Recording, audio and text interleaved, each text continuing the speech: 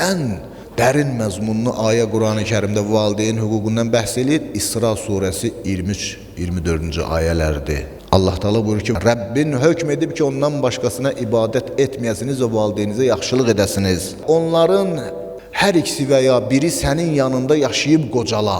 Onlara of belə demə. Onların üstünə qışqırma, onları acılama. Onlara xoş sözlər söylə. Təvazökarlıqla rəhmət qanadlarını onlar üçün aç. Və deyir, Rəbbim, mən kiçik ikən onlar məni böyütdükləri kimi Rəbbim, sən də onlara qarşı mərhəmətli ol.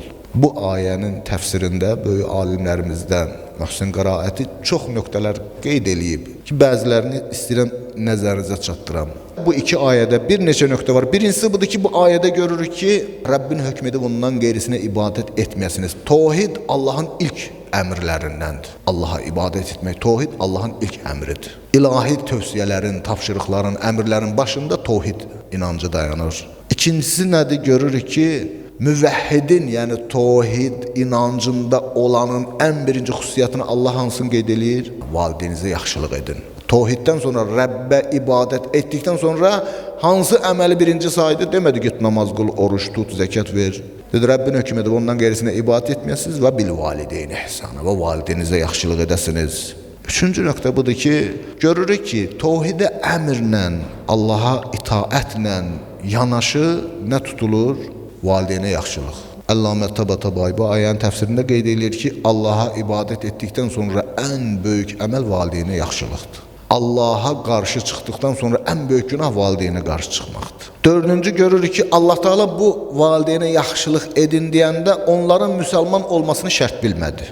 Demədi, mömin valideynlərinizə yaxşılıq eləyin. Dedi, və bil valideyni ihsanə. Valideynin kafir də olsa, mömin də olsa, deyir, yenə yaxşılıq etgilən. Başqa bir ayə deyir, onlarla xoş davranginən.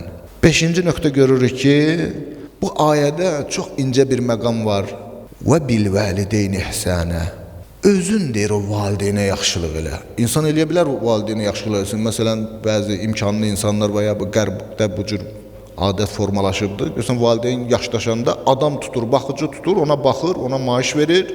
O baxıcı bunun valideyninə bütün ehtiyaclarını ödəyir. Yeməyin bişirir, paltarını dəyişir, paltarını yuyur, çimizdirir, gigiyenik təmizliyinə diqqət eləyir.